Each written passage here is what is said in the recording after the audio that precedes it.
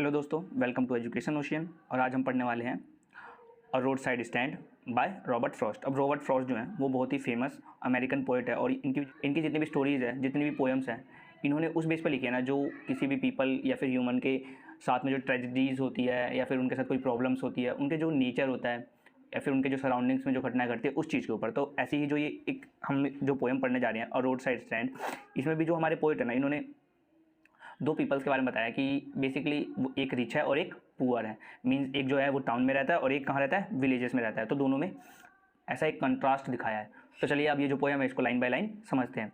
तो जो हमारे पोएट है वो कहते हैं, the little old house was out with a little new shed in front at the edge on the road where the traffic sped. तो ये जो दो लाइन है ना, इसके अंदर जो बेसिकली जो हमारे पोएट बता रहे हैं कि वो जो रोड स्टैंड है ना वो कहाँ पे है। तो ये जो फैमिली है, इनका जो एक लिटिल हाउस है, छोटा सा पुराना सा घर है, तो एक छोटी सी शेड है। तो उनके सामने जो रोड है ना, जो उनके घर है या फिर जो भी उनका शेड है, उसके सामने जो रोड है उसकी एज पे ना इन्होंने अपना वो स्टैंड लगा रखा है और जहाँ से हमेशा ट्रैफिक पास होते रहता है और वो दिखता है। तो जैसे कि आपने देखा होगा कि जो वेंडर्स होते हैं वो अपने दुकान में मतलब रोड के जस्ट बाहर क्या लगाते थे, एक स्टैंड लगा देते ताकि सबको पता चले कि ये दुकान यहाँ पर है। तो वैसे ही जो ये फैमिली है, इसने एक अपना रोड साइड स्टैंड लगा रखा है जो कहाँ पे है, सीधा रोड के बिल्कुल एज पे है। A roadside stand that too pathetically pled, it would not be fair to say for a dole of bread।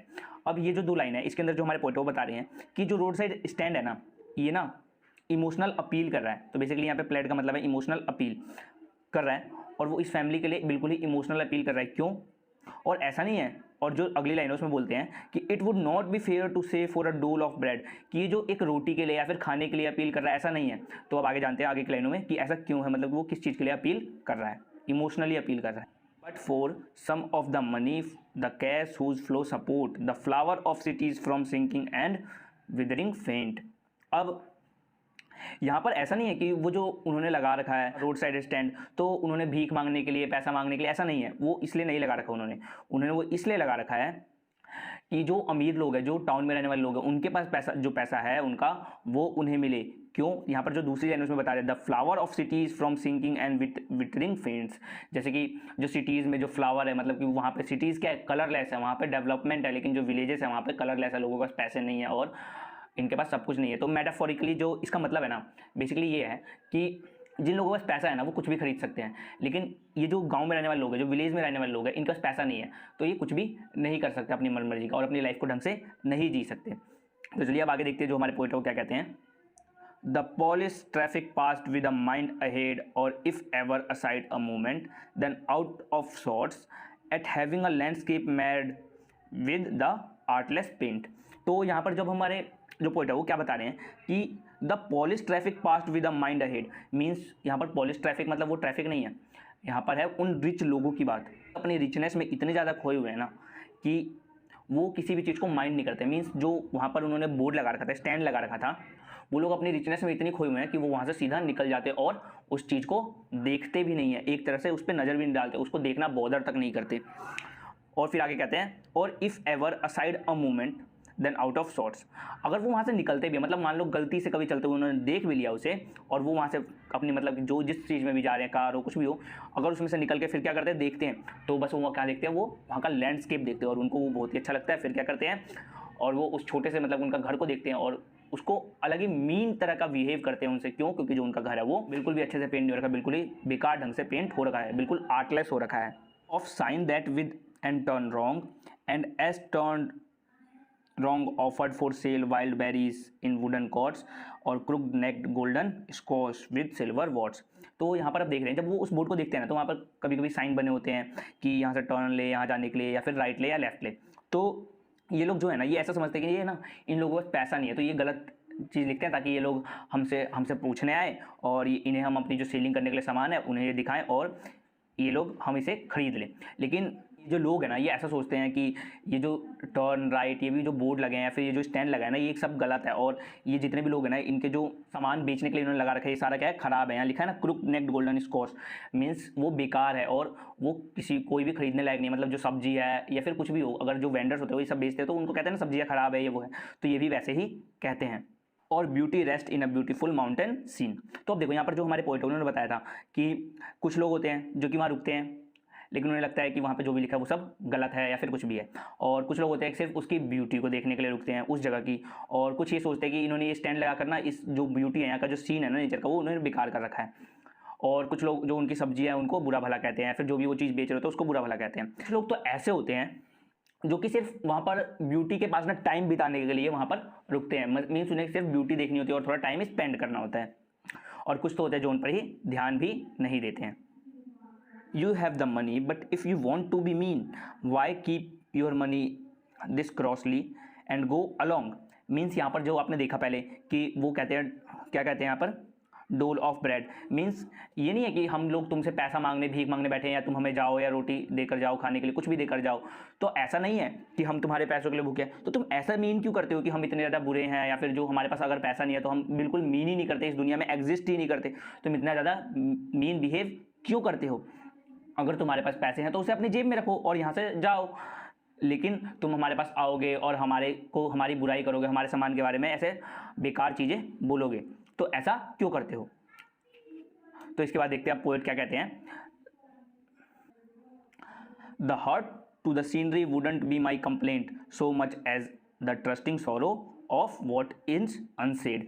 Means यहाँ पर वो कह रहे हैं कि चलो तुम ना सीनरी के बारे में भी ऐसा बोलते हो कि हम ना ये अपना स्टैंड लगाकर इसको बेकार कर देते हैं और ये सारी कंप्लेंट तुम करते हो, चलो इससे भी हमें कोई प्रॉब्लम नहीं है। लेकिन जो यहाँ पर ट्रस्टिंग सॉरो की बात हो रही है, मीन्स कि कोई भी पर्सन अगर अमीर हो और तुम्हारी स्टॉल पे आए तो तुम्हें तो ऐसा लगेगा ही ना कि वो तुमसे कुछ खरीदने आए, तो हमेशा इनके जो मन में वो ट्रस्टिंग सॉरो बन जाता है। लेकिन अगर तुम कुछ भी नहीं खरीदो और वहाँ से चले जाओ तो ये चीज़ अच्छी नहीं है। बेशक उसे पहले बता दो, चलो तुम बात करने आते हो, लेकिन हर बार उनके मन में ये ट्रस्टिंग जो सॉरो है ये बन जाता है।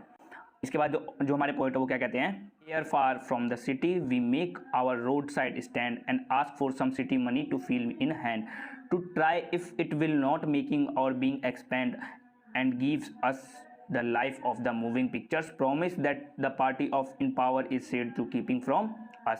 मीन्स यहाँ पर ये जो हमारे पोएट है वो बता रहे हैं कि ये जो सिटी में तुम्हारा जो वेंडर्स होते हैं उन चीज़ों से बचने के लिए, मतलब हमारे पास इतना पैसा नहीं है कि हम सिटी में जाकर अपनी दुकान खोले या शॉप खोले, इसीलिए तो हमने यहाँ पर रोड साइड पे यहाँ पे विलेज में आकर ये अपना स्टॉल जो है, अपना जो वेंडरिंग दुकान है छोटा सा ये या फिर घर ये जो बनाया है और ये लगाया है। और हम यही तो चाहते हैं कि आप अपने पैसे आकर यहाँ पर हमें खर्च करो और हमें दो, मीन्स हमारे से सामान लो और हमें पैसे दो। हम ऐसा तो नहीं चाहते कि आप हमें भीख दो या फिर हम आपसे पैसा छीन रहे हैं, ऐसा तो हम कुछ भी नहीं चाहते। हम तो इतना चाहते हैं तुम इससे मीन बिहेव ना करो और हम तो बस इतना चाहते हैं तुम हमसे मीन बिहेव ना करो और हमें भी इस जो अर्थ है यहाँ पर जो हम रहते हैं इसी के पीपल समझो। बेसिकली वो यहाँ पर बता रहे हैं कि वो ये भी कह रहे हैं कि तुम जो पैसे पिक्चर्स में, मूवी देखने में, इन सब में खर्च करते हो, इससे बढ़िया तुम हमसे सामान ले लो, वो पैसे हमें दे दो। बेसिकली यहाँ पर जो कुछ पार्टियाँ होती है जो कि उन्हें प्रॉमिस करके जाती है लेकिन बाद में वो इन्हें पैसे नहीं देती है, तो ये उनकी भी बात कर रहे हैं। तो इस पूरे पैसे से मतलब बेसिकली ये अपना ना हक मांग रहे हैं। जैसे कि वो पार्टियाँ हैं वो इनसे प्रॉमिस करके चलेगी लेकिन इन्हें पैसे नहीं दिए, और जो अमीर लोग हैं वो इनको कुछ भी नहीं समझते हैं, बस ये क्या कर रहे हैं, अपने राइट्स मांग रहे हैं। बेसिकली ये जो पुअर पीपल्स है जो कि विलेजेस में रहते हैं, और ये किससे बातें, ये सारी बातें बोल रहे हैं किससे, जो रिच पीपल है और जो कि टाउन में रहते हैं उनसे। तो आगे अब हमारे जो पोएट है वो क्या कहते हैं, it is the news that all these pitiful kin are to be bought out and mercifully gathered in to live in villages next to the theaters and the stores। तो यहाँ पर जो हमारे पोइट है, मतलब अब यहाँ पर किसकी आवाज़ आती है, पोइट की।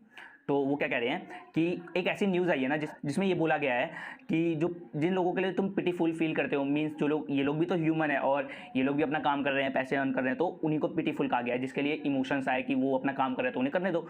तो उन लोगों को क्या किया जाएगा, गैदर किया जाएगा, इकट्ठा किया जाएगा और उन्हें कहाँ रखा जाएगा, विलेजेस में रखा जाएगा। वो भी कहाँ पे, next to the theatres and the store, theatre के बाजू में और स्टोर के बाजू में, इन जगहों पे उन्हें इकट्ठा करके सबको एक साथ रखा जाएगा।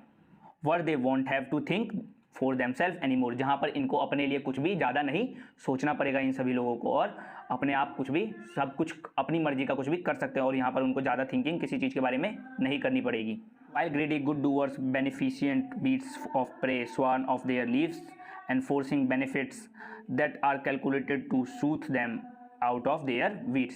मीन्स यहाँ पर जो वो लोगों की बात हो रही है ना, जो लोग इन्हें यहाँ पर लेकर आते हैं, कौन लोग, जो कि ऐसा बोलते हैं कि हम गुड डूअर्स हैं, मतलब हम अच्छा काम करते हैं, हम लोगों के लिए बेनिफिट काम करते हैं और उन्हें बहला फुसलाकर यहाँ लेकर आते हैं। लेकिन ऐसा क्या होता है, वो सेल्फिश होते हैं, वो सिर्फ अपना काम निकलवाना चाहते हैं।